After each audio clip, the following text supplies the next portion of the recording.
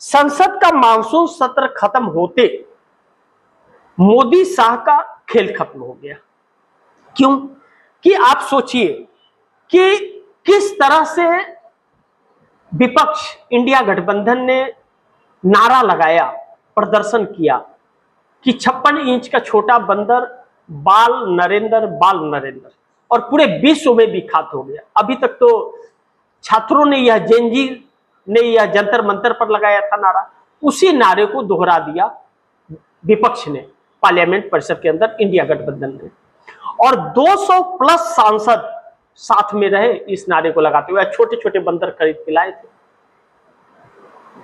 अब सोचिए कि विपक्ष के नजरों में क्या इज्जत है इस देश के प्राइम मिनिस्टर और होम मिनिस्टर का, और जिस प्राइम मिनिस्टर होम मिनिस्टर का डर निकल गया छात्रों के अंदर से। राहुल गांधी ने मीडिया को दिए बयान में क्या कहा कि अब तो छात्र भी इनसे नहीं डर रहे हैं, बच्चे भी नहीं डरते।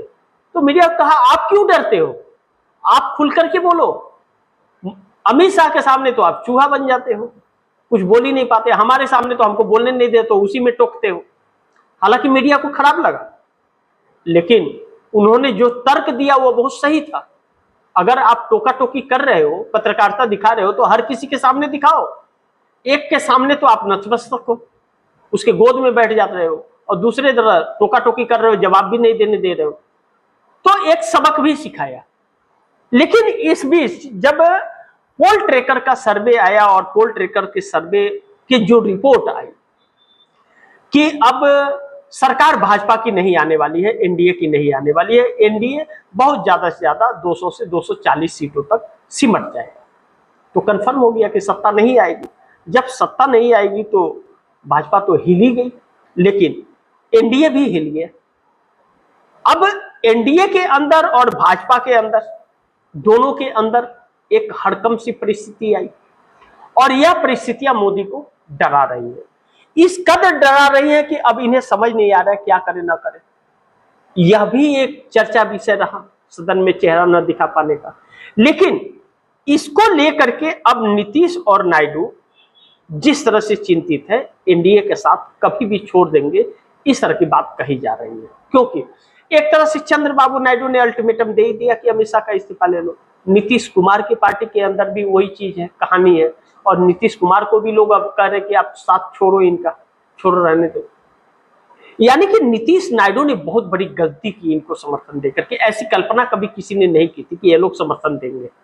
ऐसा सोचा जा रहा था कि इन लोगों के साथ भारतीय जनता पार्टी ने जो कर्म किए थे, जिस तरह चंद्रबाबू नायडू को 52 दिनों के लिए जेल में डाला था कौशल विकास परियोजना में घोटाले के आरोप में 360 करोड़, नीतीश कुमार की जिस तरह से पार्टी तोड़ दी थी, सब कुछ की थी, किसी ने कल्पना नहीं की थी कि ये लोग साथ देंगे, लेकिन साथ दिए। लेकिन सिर्फ यही दोषी नहीं है, इंडिया गठबंधन भी दोषी है। इंडिया गठबंधन के अंदर चाहे शरद पवार हो, केजरीवाल हो, चाहे ममता बनर्जी हो, उस समय केजरीवाल भी थे, यह लोग पर्दे के पीछे से मोदी सरकार को समर्थन कर रहे थे। तो नीतीश नायडू आ भी नहीं सकते थे। इस बात का खुलासा तब हुआ जब राहुल गांधी ने नीतीश कुमार को और चंद्रबाबू नायडू को प्रधानमंत्री का ऑफर दिया, तब यह लोग दूर होने लगे, तो वह लोग नहीं आए। ऐसे 3 मौके आए थे।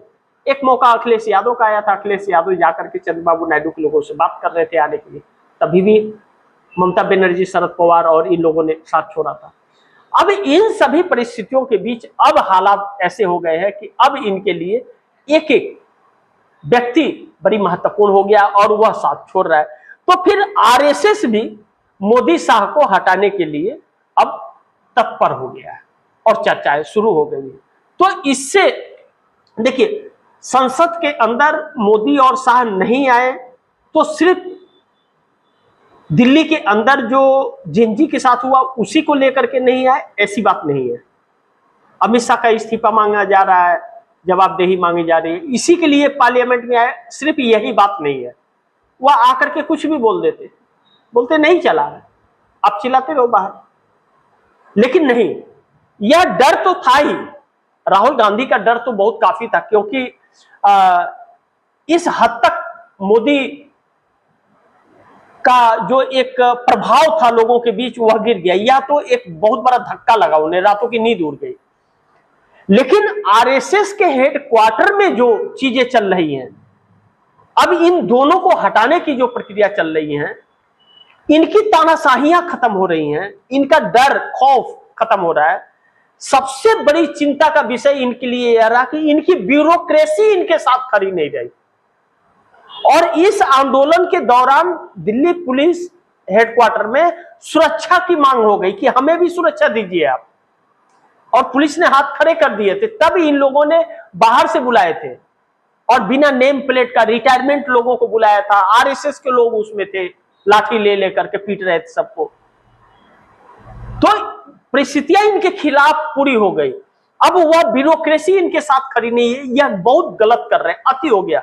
वह अब अपने बच्चों से नजरें नहीं मिला रहे। इनके नेता इनके खिलाफ हैं, इनके नेताओं के सांसदों के बच्चे इस प्रोटेस्ट में शामिल हुए हैं। तो फिर ऐसे में इनके लिए चिंता बहुत बड़ी हो गई है। अब यह समझ नहीं पा रहे क्या करें ना करें।